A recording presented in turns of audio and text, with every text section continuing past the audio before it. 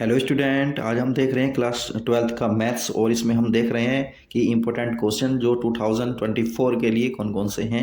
तो उनको हम देखते हैं कि किस पैटर्न पर हमारे क्वेश्चन आते हैं और किस टॉपिक पर ज़्यादा क्वेश्चन आते हैं, उनको हम यहाँ पर देखेंगे। क्योंकि आज हमारा लास्ट डे है, तो इसमें हम अगर ये क्वेश्चंस थोड़े बहुत देख लेंगे, लगा लेंगे, तो शायद हमारे मार्क्स थोड़े बढ़ जाएंगे और हम आसानी के साथ पास भी हो जाएंगे। तो देखते हैं, सबसे पहला हमारा चैप्टर है रिलेशंस एंड फंक्शंस।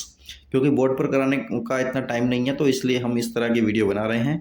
तो ध्यान से देखिएगा और हर चीज़ को थोड़ा सा एनालाइज करिएगा कि किस तरह के इसमें डेफिनेशंस और किस तरह से हम आसानी के साथ इन्हें कर सकते हैं। तो सबसे पहला हमारा चैप्टर है chapter number 1, relations and function. इसमें देखिए किस तरह के क्वेश्चंस आते हैं। इसमें हमसे पूछा जा सकता है कि इक्विवेलेंस रिलेशन कौन से होते हैं। तो इक्विवेलेंस रिलेशंस जो होते हैं हमारे, वो उनमें हमें 3 कंडीशन फुलफिल करनी होती हैं। अगर हमारा रिलेशन रिफ्लेक्सिव है, सिमेट्रिक है एंड ट्रांजिटिव है, तो तब हम कह सकते हैं कि हाँ, ये फंक्शन हमारा क्या है, ये रिलेशन हमारा क्या है, इक्विवेलेंस है। तो इस इक्विवेलेंस से रिलेटेड हमसे क्वेश्चन पूछा जा सकता है। तो सबसे पहले तो देखिए, हमें ये पता होना चाहिए कि डोमेन, रेंज और ये क्या होती हैं। डोमेन, रेंज और कोडोमेन क्या होती हैं। तो सबसे पहले हम इस चैप्टर में इसी चीज़ को थोड़ा सा एनालाइज करते हैं कि ये चीज़ क्या होती है। तो देखिए, हमने इसमें लिखा हुआ है, अभी देखते हैं इसमें क्या है। तो हल्का सा हम देख लेते हैं कि डोमेन, कोडोमेन वगैरह और रेंज क्या होती है। बहुत हल्का सा देखने की बात है कि ये हमारा सपोज करिए ए सेट है, ये सेट बी है हमारा, और तो इसको ए सेट वाले को पूरे को हम डोमेन बोलेंगे। और ध्यान से देखिए, ये पूरा का पूरा बी सेट जो होगा हमारा वो कोडोमेन होता है। और रेंज क्या होती है, कोडोमेन के अंदर जितने के साथ भी इनका रिलेशन मिल रहा है उसको हम क्या बोलते हैं, रेंज बोलते हैं। तो अगर रेंज की बात आती है तो जिसका रिलेशन बना हुआ है वो हमारी रेंज हो जाती है, और पूरा का पूरा ये वाला कोडोमेन होता है और ये वाला हमारा डोमेन होता है। तो इसको देखने के बाद अब हम आते हैं अपने जो है रिलेशन। और रिलेशन में हमें पता होना चाहिए कि रिलेशन हमारे 3 तरह के जो होते हैं, इनकी हेल्प से ही हम बता सकते हैं कि रिलेशन जो है हमारा इक्विवेलेंस है या नहीं है।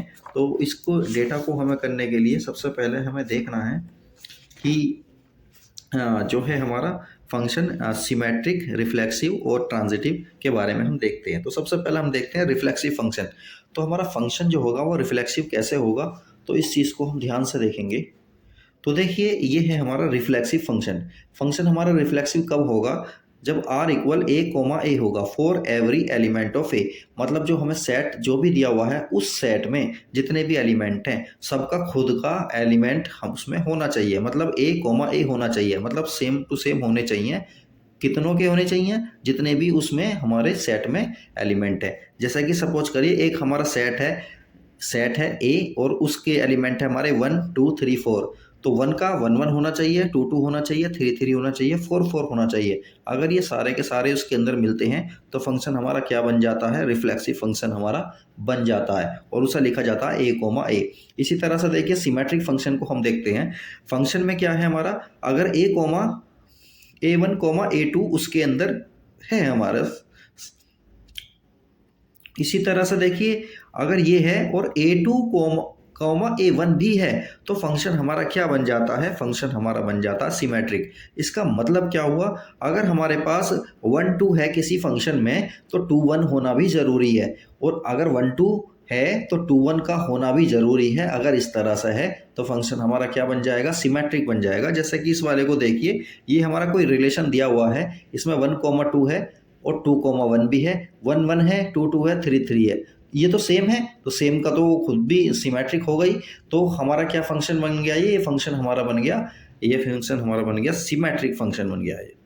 इसी तरह से देखिए, ट्रांजिटिव फंक्शन के बारे में और हम देखते हैं कि ट्रांजिटिव फंक्शन हमारा कैसा होता है।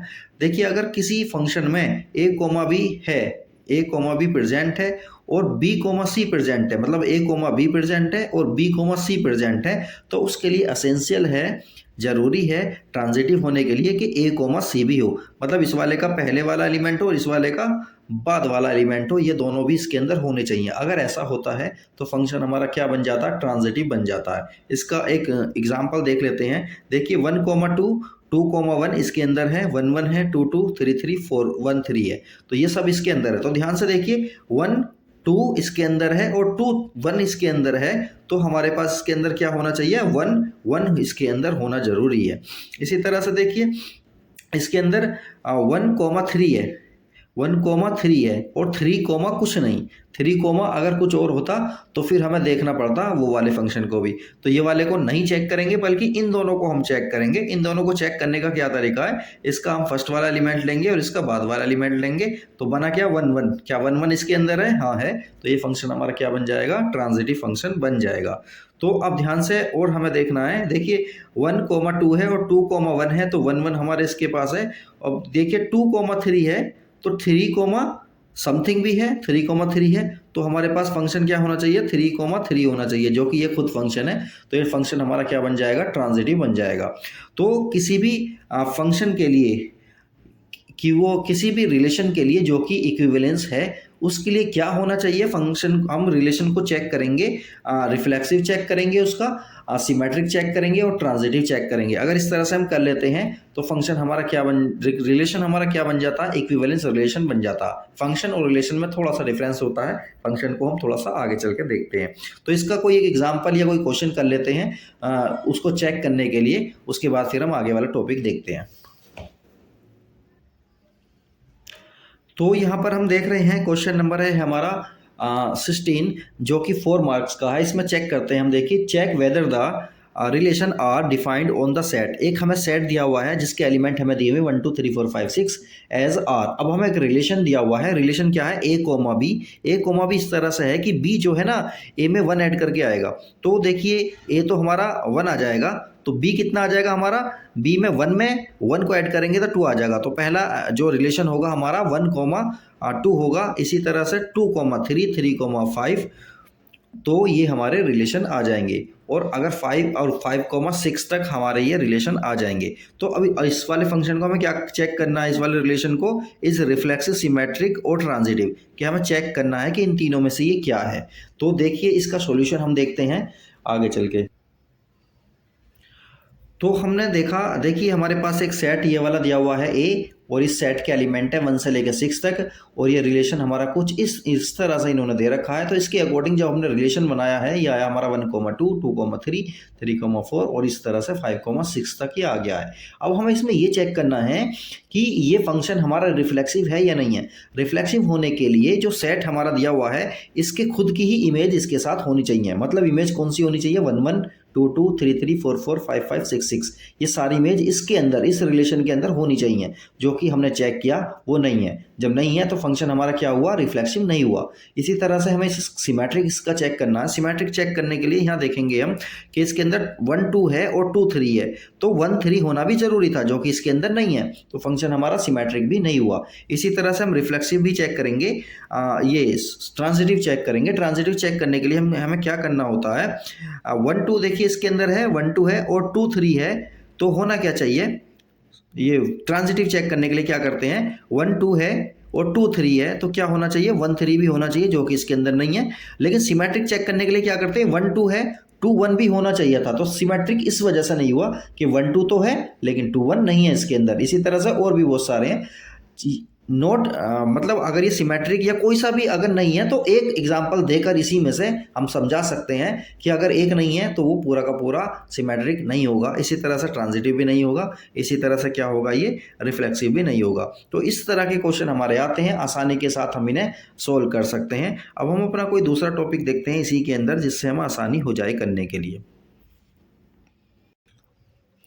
चलिए अब हम देखते हैं अपने फंक्शन के बारे में, देखते हैं कि फंक्शन किसे कहते हैं और क्या होता है, कितने टाइप का होता है, तो इसको हम चेक करेंगे। तो देखिए टाइप्स ऑफ फंक्शन, तो सबसे पहले हमें ये पता होना चाहिए कि फंक्शन हमारा क्या होता है। फंक्शन का एक काम ये होता है कि फंक्शन की जो ये वाला है, ये वाला जो डोमेन है, इसे क्या बोलते हैं, डोमेन। इसके अंदर एक भी एलिमेंट ऐसा नहीं होना चाहिए जिसकी इमेज ना हो इसके अंदर। तो इसलिए क्या है, ये वाले के सबके सब फिलअप होने चाहिए, किसी ना किसी के साथ ये कनेक्ट होने जरूरी हैं। इस वाले के इसमें खाली नहीं रहेगा कुछ, अगर खाली रह गया तो वो फंक्शन नहीं कहलाएगा हमारा। तो देखिए ये पूरा का पूरा हमारा क्या कहलाता है, डोमेन कहलाता है, और ये पूरा का पूरा क्या कहलाता है, हमारा कोडोमेन कहलाता है। लेकिन इसका यानी इसके जो एलिमेंट हैं, जिसका रिलेशन इसके साथ दिखाया जा रहा है, वो सारे के सारे हमारे रेंज कहलाते हैं। तो रेंज के अंदर इसमें कौन सा आ जाएगा, 2 4 5 और ये 8, ये हमारे रेंज के अंदर आ जाएंगे। लेकिन ये पूरा का पूरा क्या है, हमारा कोडोमेन है। इसी तरह से अब हम अपना देखते हैं फंक्शन के बारे में। अब हम देखते हैं थोड़ा सा कि वन वन फंक्शन या इंजेक्टिव फंक्शन किसे कहा जाता है। तो एक ऐसा फंक्शन, कौन सा फंक्शन, एक ऐसा function every element in domain, domain में जो एक एक एलिमेंट है has one and only one image in codomain, यानी कि जो हमारा डोमेन है उसकी एक ही इमेज होनी चाहिए, किसके अंदर, कोडोमेन के अंदर, एक से ज़्यादा नहीं होनी चाहिए। तो इस तरह के फंक्शन हमारे क्या कहलाते हैं, वन वन या इंजेक्टिव फंक्शन कहलाते हैं।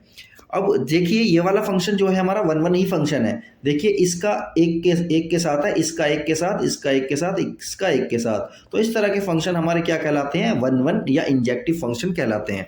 इसी तरह से अब हम बात करेंगे मैनी वन फंक्शन की। मैनी एलिमेंट्स है वन इमेज, यानी कि एक से ज़्यादा एलिमेंट क्या रखते हैं, एक ही इमेज रखते हैं। तो इसे एग्जाम्पल से समझिए, F X equal x square. इसका क्या मतलब है, देखिए हम -2 है, -2 का जब स्क्वायर करेंगे तो कितना आएगा, 4 आएगा। तो इसकी -2 की जो इमेज हुई 4 हुई। इसी तरह से देखिए +2 की जो इमेज होगी, यानी +2 का क्या मतलब है, x का स्क्वायर कर देंगे, x के प्लेस पर क्या लिखेंगे 2, तो 2 का स्क्वायर क्या आएगा 4, -2 का स्क्वायर क्या है, ये भी 4 आया। तो इन इसकी और इसकी दोनों की इमेज क्या हुई, ये सिंगल इमेज हुई, मतलब मैनी वन, यानी कि मैनी की इमेज कितनी हो गई, 1 हो गई, सिंगल इमेज हो गई। तो इस तरह के फंक्शन हमारे क्या कहलाते हैं, मैनी वन फंक्शन कहलाते हैं। अब देखिए आगे देखिए हम देखते हैं ऑन टू या surjective function. Onto function या सर्जेक्टिव फंक्शन एक ऐसा फंक्शन देखिए, is said to be onto if every element of Y is image of some element. इसका क्या मतलब है, एक ऐसा फंक्शन जिसके अंदर जो कोडोमेन है सबकी इमेज होनी जरूरी है। कोडोमेन के अंदर कुछ भी खाली नहीं बचना चाहिए। अगर कोडोमेन के अंदर कुछ भी खाली नहीं बचता है तो ऐसे फंक्शन हमारे क्या कहलाते हैं, ऑन टू फंक्शन या सर्जेक्टिव फंक्शन कहलाते हैं। इसका भी कोई एग्जाम्पल हम देखते हैं।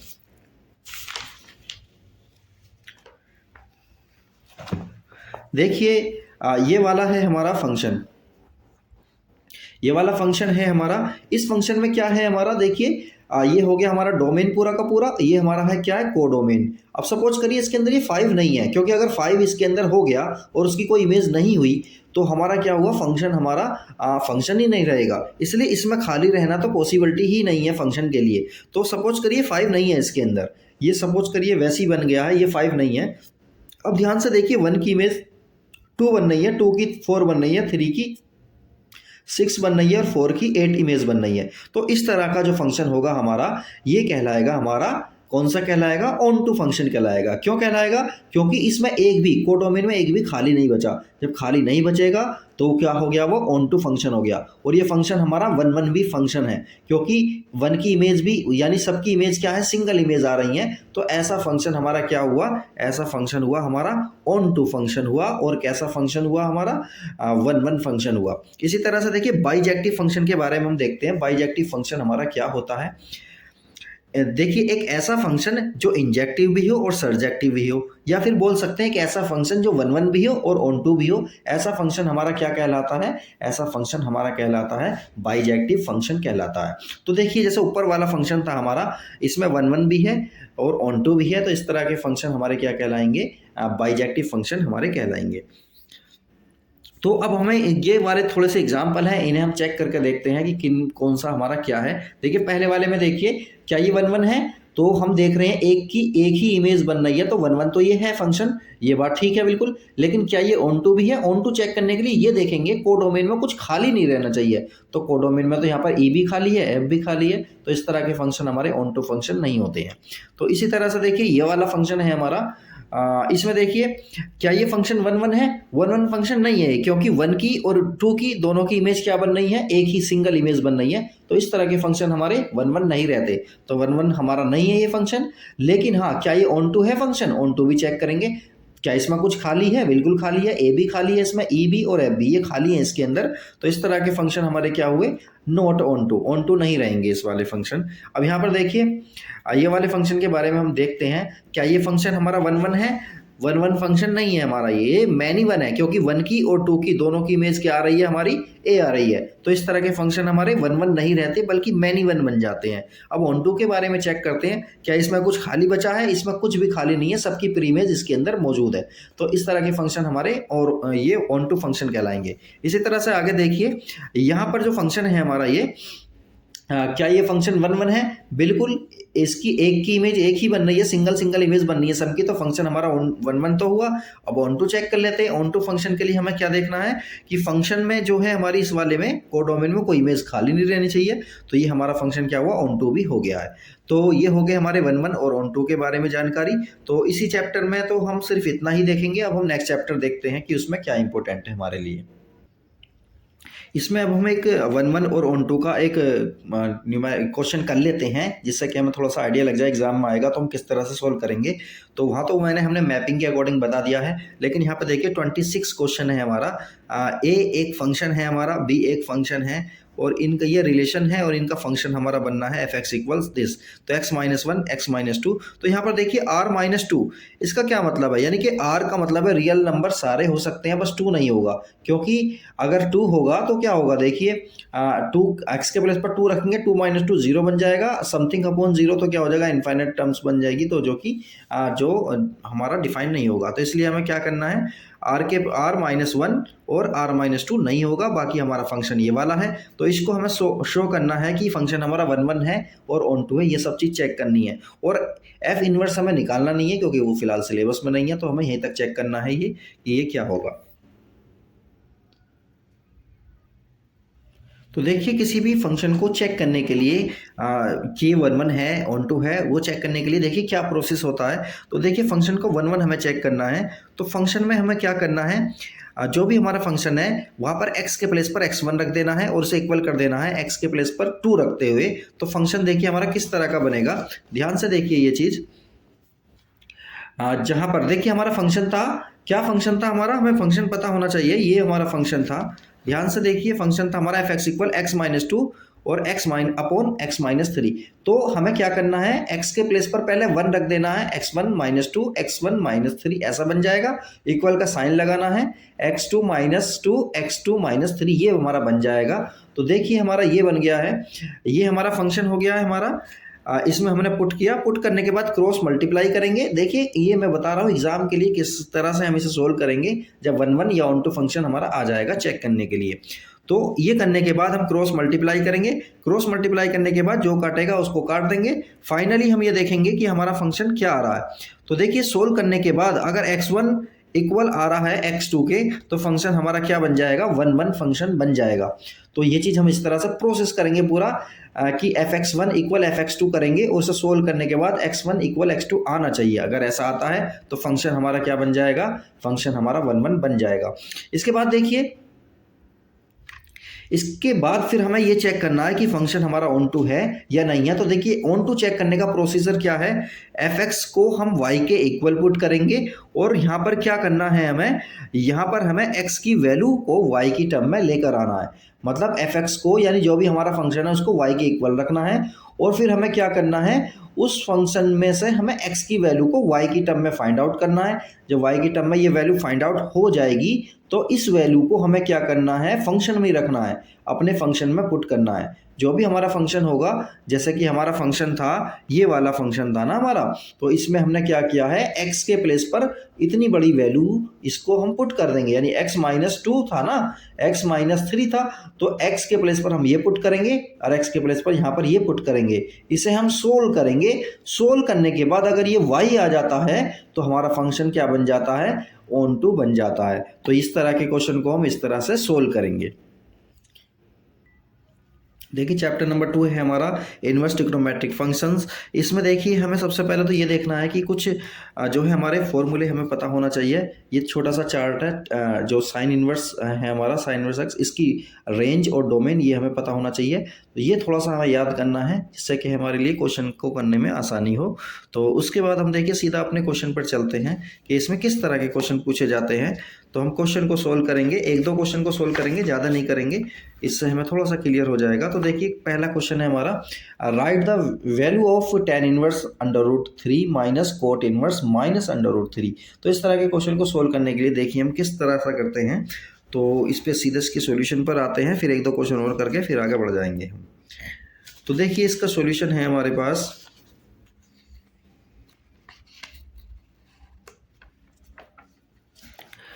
तो देखिए इसका सॉल्यूशन है हमारे पास, ये रहा कि ये वाला हमारा क्वेश्चन हमें दिया हुआ है, tan inverse √3 minus cot inverse minus √3।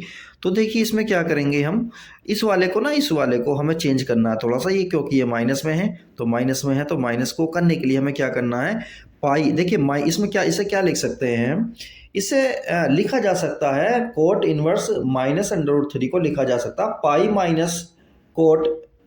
ठीक है, क्या लिखा जाएगा इसे, पाई माइनस कोट, क्योंकि देखिए कोट इनवर्स माइनस एक्स है ना, तो इसे इस तरह से लिखा जा सकता है, ये इसका जो प्रॉपर्टी होती है। तो इसके प्लेस पर हम क्या लिखने जा रहे हैं माइनस वाले के, तो ये आ गया, तो ये आ गया हमारा प्लस में।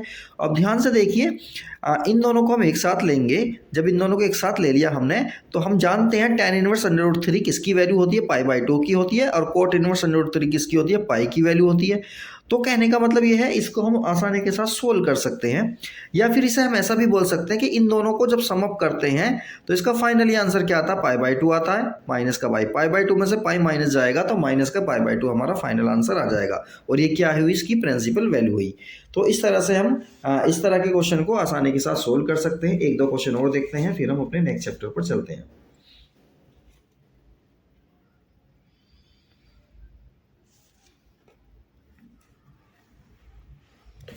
तो देखिए एक क्वेश्चन नंबर है हमारा ये 9 को देखते हैं आराम से, कि 9 क्वेश्चन है हमारा, write the principal value of the following, इन फॉलोइंग की क्या करना है, हमें प्रिंसिपल वैल्यू को फाइंड करना है। तो ये हो गया cos inverse √3/2 plus cos inverse -1/2। तो इस तरह के क्वेश्चन को देखते हैं हम किस तरह से सोल्व करते हैं।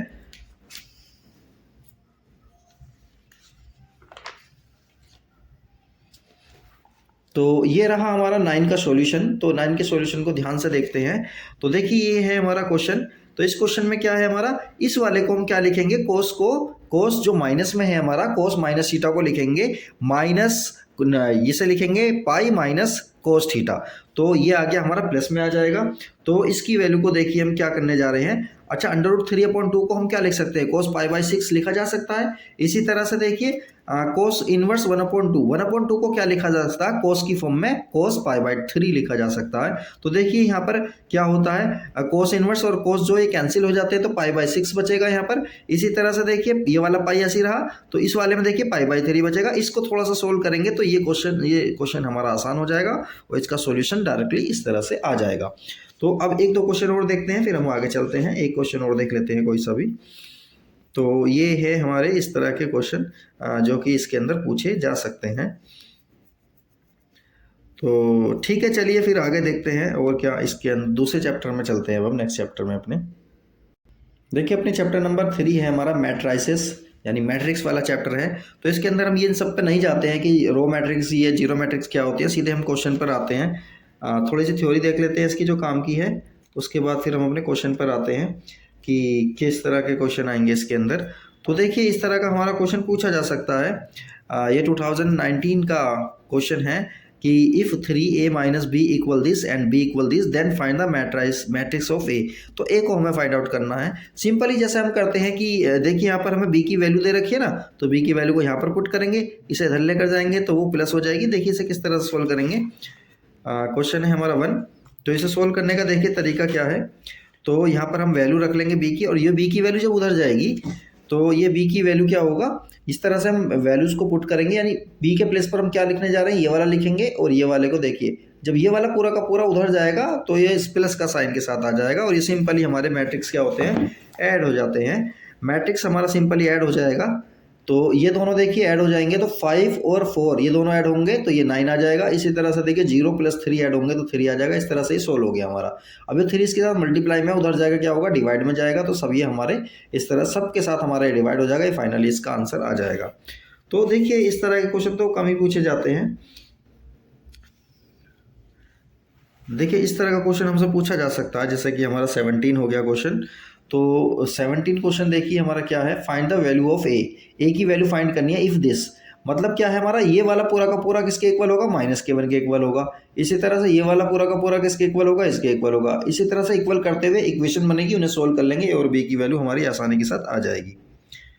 इसी तरह से देखिए जो हमारा इस तरह का क्वेश्चन है 19, इस तरह के क्वेश्चन पूछे जाते हैं कि if matrix A equal this and A square equal के इंटू ए, तब हमें फाइंड करना है कि वैल्यू ऑफ के की वैल्यू बताइए, पी की वैल्यू, लैम्डा की वैल्यू बताइए। इस तरह के क्वेश्चन हमसे पूछे जाते हैं। तो 19 वाले क्वेश्चन को हम देखते हैं कि किस तरह से देखना है इसे। तो देखिए क्वेश्चन नंबर 19 को ध्यान से देखिए, इस तरह के क्वेश्चन आते भी हैं कि ए हमें दिया हुआ है, ए स्क्वायर इक्वल दिया हुआ है के इंटू ए के। तो सबसे पहले हम इसका स्क्वायर करेंगे। स्क्वायर करना हमें आना चाहिए कि हमें मल्टीप्लाई करनी है और किस तरह से मल्टीप्लाई करनी है। तो मल्टीप्लाई फाइनली करने के बाद हमारा ये आ जाएगा। तो ये आया हमारा फाइनली आंसर आया इसका ये। जब ये आएगा तो ध्यान से देखिए ए स्क्वायर कह रहा है ये 2 इंटू ए के इक्वल है।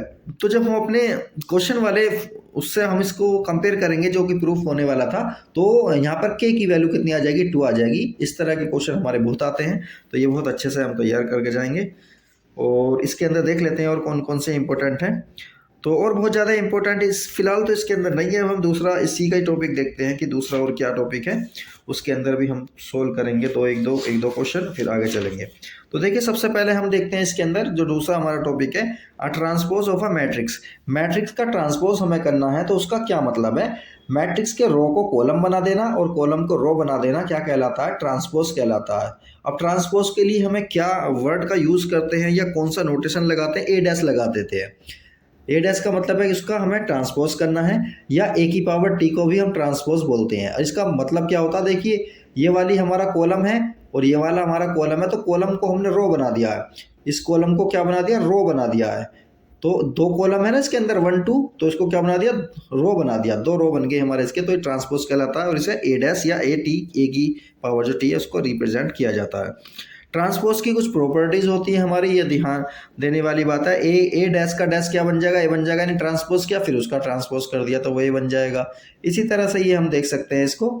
तो अब हम आगे देखते हैं सिमेट्रिक मैट्रिक्स कौन से होते हैं। अगर हमने किसी मैट्रिक्स का ट्रांसपोज किया, तो अगर वो मैट्रिक्स का ट्रांसपोज करने के बाद वही मैट्रिक्स आ गया, तो हमारा क्या कहलाता है, मैट्रिक्स हमारा कैसा है, सिमेट्रिक मैट्रिक्स है। तो देखिए जैसे कि ये वाला मैट्रिक्स है 2 1 1 2, इसका ट्रांसपोज किया यही आ रहा है, तो एक डैश क्या आ गया, ए आ गया। तो इस तरह के मैट्रिक्स हमारे सिमेट्रिक मैट्रिक कहलाते हैं।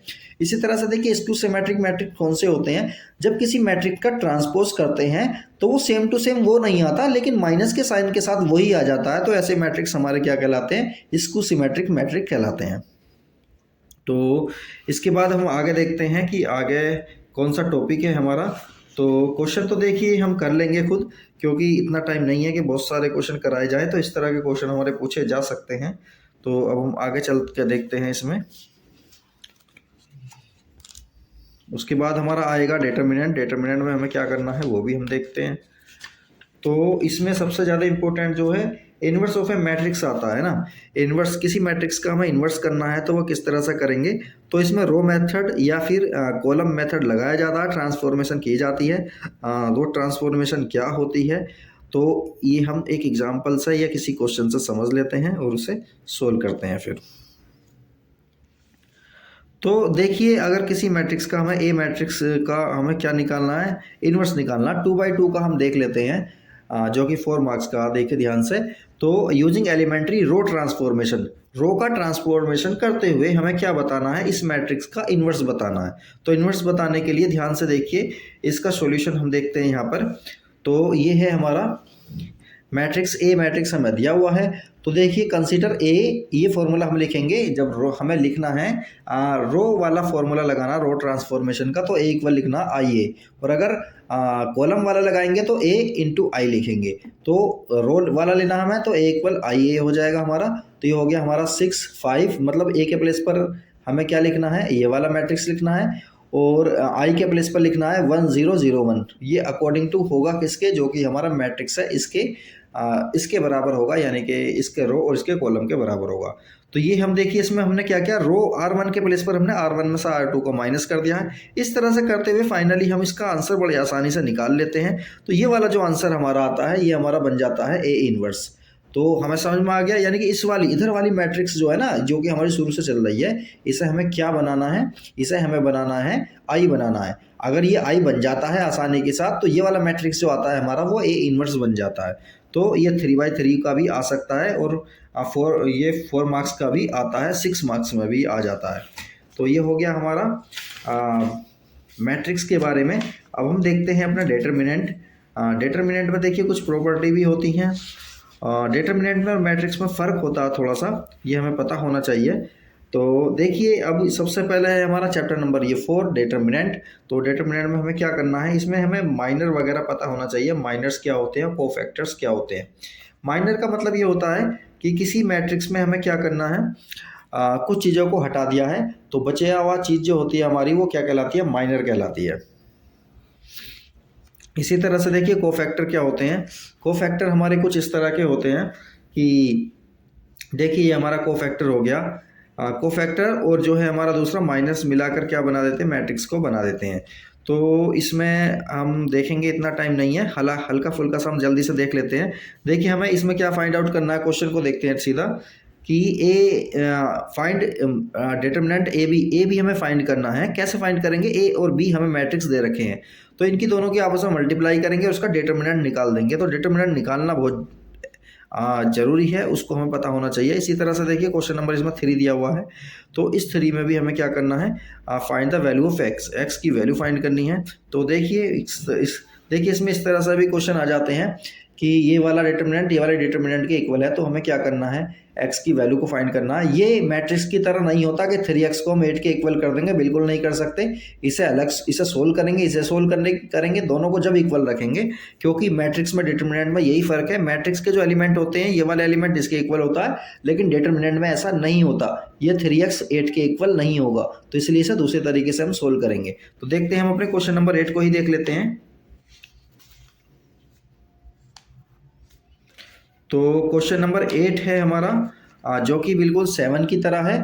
तो देखिए 7 में इन्होंने क्या दिया है, इस वाले मैट्रिक डिटर्मिनेंट को इसके इक्वल करना है। जब दोनों को इक्वल करेंगे तो देखिए इसको हम सोल्व करेंगे। इसको सोल्व करने का क्या तरीका है, इसकी मल्टीप्लाई कर देंगे, इसकी मल्टीप्लाई कर देंगे, तो ये आ गया। इसी तरह से इसकी और इसकी, और यानी कि डायगोनली हम इन्हें मल्टीप्लाई कर देंगे, उसके बाद इन्हें इक्वल करेंगे। तो एक्स की वैल्यू हमारी आ रही है यहाँ पे +-6, तो ये हमारा फाइनल इसमें आंसर होगा। तो इसी तरह से देखिए, इसी तरह से हमारा आगे वाला क्वेश्चन देखते हैं कोई, जो कि हमारा है, ज़रूरी है, उसको देख लेते हैं बस। तो देखिए ये वाला है हमारा adjoint of a matrix. Matrix का एडजॉइंट कैसे निकालते हैं, तो ये एडजॉइंट का फॉर्मूला है, इस तरह से हम एडजॉइंट हम निकालेंगे। ये रहा हमारा, देखिए ए मैट्रिक्स हमें यहाँ पर दिया हुआ है, तो ये एडजॉइंट निकालने के लिए क्या करेंगे, A22, ये इस तरह से जो हम इसे सोल्व करेंगे तो ये हमारा मैट्रिक्स का जो है एडजॉइंट आ जाएगा, मतलब डिटरमिनेंट मैट्रिक्स का ही होता है वो। तो इसी तरह से देखिए इसमें ये बहुत ज़्यादा इंपॉर्टेंट है, inverse of a square matrix. Square matrix का हमें क्या करना है, इन्वर्स निकालना है। तो इन्वर्स किस तरह से निकालेंगे, फॉर्मूला होता है A inverse equal transpose of A matrix upon determinant of A. इस तरह से फॉर्मूला अप्लाई करेंगे हम, तो ट्रांसपोज निकालना हमारे लिए ज़रूरी है। और इस तरह से हम क्या करेंगे, या फिर इस तरह से भी बोल सकते हैं हम इसे, मैट्रिक्स है हमारा और उसका फॉर्मूला क्या बन जाएगा, 1 determinant of A into adjoint of A. तो एडजॉइंट हमें पता होना चाहिए क्या होता है, इसे किसी एक एग्जाम्पल से हम समझते हैं और इस तरह के क्वेश्चन को हम सोल्व करते हैं। जैसे कि हमें ये वाला क्वेश्चन दिया हुआ है, क्वेश्चन नंबर है हमारा 8 या 6, कोई सा भी ले सकते हैं, इसका हम निकालेंगे कि इनका जो है ए इन्वर्स किस तरह से निकाला जाता है। तो देखिए क्वेश्चन नंबर 5 से शुरू करते हैं। ए हमें दिया हुआ है, एडजॉइंट ए इसका किस तरह से निकलेगा। तो एडजॉइंट ए निकालने के लिए क्या करेंगे, डिटर्मिनेंट हमें पता होना चाहिए। एडजॉइंट हमारा इसका निकल जाएगा, देखिए 2/2 का तो हम आसानी के साथ निकाल देंगे। 2/2 को में क्या करते हैं, हम इस वाले को इन दोनों को इंटरचेंज कर देते हैं और इन दोनों का साइन को चेंज कर देते हैं, तो क्या आ जाते हैं, हमारा एडजॉइंट आसानी के साथ इसमें 2/2 में आ जाता है। तो इसी तरह से डिटर्मिनेंट निकालेंगे। डिटर्मिनेंट को निकालना हमें पता है कि क्रॉस मल्टीप्लाई करते हैं इनकी, फिलहाल इस तरह से समझिए कि ये आसानी से हो गया। अब ये ए इन्वर्स वाला फॉर्मूला अप्लाई करेंगे, इस तरह से हमारा क्या आ जाएगा, ये ए इन्वर्स आ जाएगा। अब देखिए एक क्वेश्चन इसमें इस तरह से आता है कि हमें दिया जाएगा कि जो है हमारी मैट्रिक्स की हेल्प से हमें क्या करना है, इक्वेशन को सोल्व करना है। तो वो वाला क्वेश्चन देख लीजिए कि किस तरह से सोल्व होता है। इसकी हेल्प से, मैट्रिक्स या डिटर्मिनेंट की हेल्प से किस तरह से क्वेश्चन को हम सोल्व करेंगे, इसको आसानी के साथ हम देखते हैं और इसे सोल्व करने की कोशिश करते हैं किसी एक क्वेश्चन को। तो देखिए क्वेश्चन है हमारा, ये वाला क्वेश्चन ले लेते हैं 27, कि हमें एक्स प्लस वाई, मतलब इस तरह से हमें मैट्रिक्स दिया हुआ होगा। 27 को हम देख लेते हैं, या कोई और सा क्वेश्चन हल्का सा ईजी सा देख लेते हैं बिल्कुल, जो कि हमारे लिए ईजी हो करना। तो चलिए इस वाले को ही देख लेते हैं हम। क्वेश्चन नंबर 27 को हम देखते हैं कि किस तरह से है ये। 27 क्वेश्चन है हमारा, ये रहा। 27 देखिए क्वेश्चन ये रहा हमारा। तो इसको देखिए किस तरह से देखते हैं हम। ये using matrices solve the following system of equation. Equation का जो ये सिस्टम दिया हुआ है, इसको हमें किसकी हेल्प से सोल्व करना है? मैट्रिक्स की हेल्प से सोल्व करना है। तो देखिए ये x minus y plus 2z equal 7 इस तरह से हमें दिया हुआ है। तो देखिए इसे सोल्व करने का किस तरह से करेंगे हम सोल्व इसे।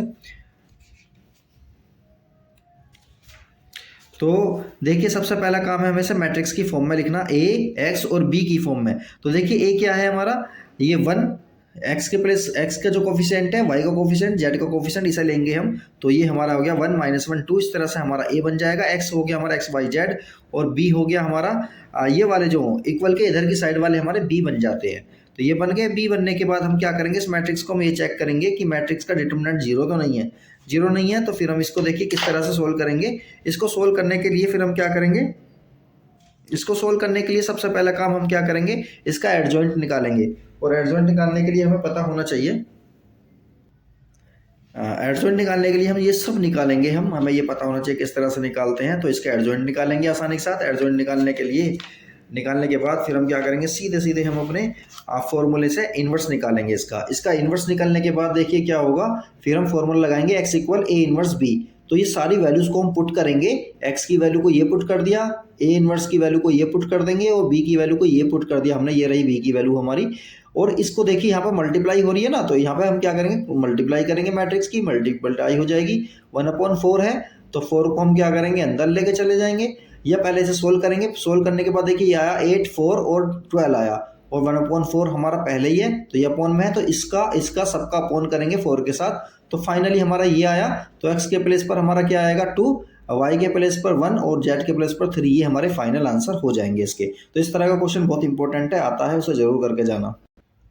तो अब हम देखते हैं अपना chapter number 5, continuity and differentiability. तो देखिए कंटिन्यूटी क्या है और ये किस तरह से सोल्व करना है। इस तरह के क्वेश्चन को एक दो क्वेश्चन हम करके देख लेते हैं, फिर हम आगे चलते हैं। तो सबसे पहले देखिए कंटिन्यूअस होने के लिए किसी फंक्शन के लिए क्या जरूरी है, फंक्शन की left hand limit, right hand limit, और जो है फंक्शन एट दैट पॉइंट क्या होना चाहिए, हमारा इक्वल होनी चाहिए। अगर ये तीनों चीज़ें हमारी इक्वल आती हैं तो फंक्शन हमारा क्या बन जाता है, फंक्शन हमारा कंटिन्यूअस बन जाता है। जैसे कि ये वाला हमारा क्वेश्चन है, एफ एक्स इक्वल हमें दिया हुआ है 2x + 3, एक्स की वैल्यू जब इक्वल लेस देन है 2 तो हम ये वाला फंक्शन को लेंगे, जब ग्रेटर देन 2 है तो ये वाले फंक्शन को लेंगे। तो इसमें फाइंड क्या करना है, find all points of discontinuity. इस वाले फंक्शन में डिसकंटिन्यूटी वाले हमें सारे पॉइंट्स फाइंड आउट करने हैं। तो देखिए सबसे पहले हमारा काम क्या है, लेफ्ट हैंड लिमिट का यूज़ करेंगे और हम फंक्शन को क्या करेंगे, फंक्शन को लिखेंगे। फंक्शन आ गया हमारा f2। तो देखिए f2 पर हमारा फंक्शन कितना हो गया, मतलब देखिए left hand limit, right hand limit, left hand limit, right hand limit, और फंक्शन एट दैट पॉइंट हमारा क्या आना चाहिए, इक्वल आना चाहिए। अगर ऐसा होता है तो फंक्शन हमारा कंटिन्यूअस बन जाता है। तो सबसे पहले इसमें देखिए f2 हमने पुट कर दिया। जब f = 2 पुट करेंगे तो ये वाला फंक्शन लेंगे, क्योंकि उन्होंने खुद ने बोला है कि x की वैल्यू 2 होगी तब भी ये फंक्शन लेंगे, x की वैल्यू जब लेस देन 2 होगी तब भी यही वाला फंक्शन लेंगे। तो जब f = 2 ले रहे हैं तो 2 × 2 4 हो गया, 4 + 3 7 आ गया ये हमारा। इसी तरह से देखिए हम लेफ्ट हैंड लिमिट इसकी यूज़ करेंगे तो 2 - h यूज़ करेंगे, x के प्लेस पर क्या लिखेंगे 2 - h। तो ये लिखा हमने। लिखने के बाद हम क्या करने जा रहे हैं, इसके अंदर मल्टीप्लाई करेंगे। मल्टीप्लाई करने के बाद आया हमारा 4 - 2h + 3, तो h के प्लेस पर तो हम 0 रख देंगे। 4 + 3 कितना आ जाएगा, 7 आ जाएगा। ये हो गई हमारी लेफ्ट हैंड लिमिट जो कि 7 आ रही है। इसी तरह से राइट हैंड लिमिट को हम और चेक करेंगे और फंक्शन को हम बता देंगे कि फंक्शन हमारा क्या है, कंटिन्यूअस है या नहीं है। अब देखिए हमने यहाँ पर क्या किया है, राइट हैंड लिमिट लिया, 2 + h लिखेंगे, किसके प्लेस पर, x के प्लेस पर। लिखने के बाद देखेंगे हम फाइनली हमारा आंसर क्या आ रहा है, यहाँ पर यहाँ आ रहा है हमारा ये आ रहा है 1, 4 - 3 1 आ रहा है, 1 आ रहा है। तो इसका मतलब क्या हुआ, राइट हैंड लिमिट और लेफ्ट हैंड लिमिट हमारी इक्वल नहीं हुई तो फंक्शन हमारा क्या हुआ, ये हमारा फंक्शन कंटिन्यूअस नहीं होगा। इसी तरह से देखिए इसका एक क्वेश्चन हम कर लेते हैं, फिर आगे जल्दी से चलते हैं। तो देखिए कोई भी एक क्वेश्चन देख लेते हैं इसका। सपोज करिए हम इसका एक हल्का सा इजी सा क्वेश्चन देखते हैं, जैसे कि ये वाला क्वेश्चन देखते हैं इसका हम। तो इसमें फंक्शन में क्या कहा गया है कि फंक्शन ये हमारे दो तरह से हमें डिफाइन किया हुआ है और इसके 0 पर चेक करना है क्या ये फंक्शन हमारा कंटिन्यूअस है या नहीं है।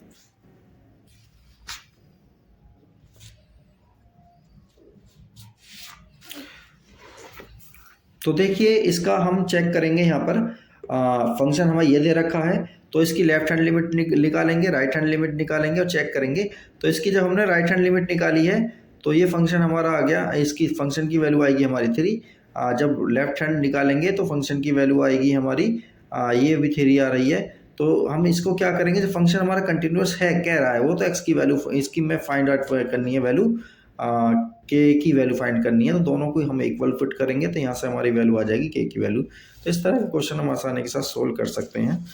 तो उम्मीद है कि काफ़ी कुछ समझ में आया होगा और चैप्टर नंबर 5 तक हमने क्लियर कराया है।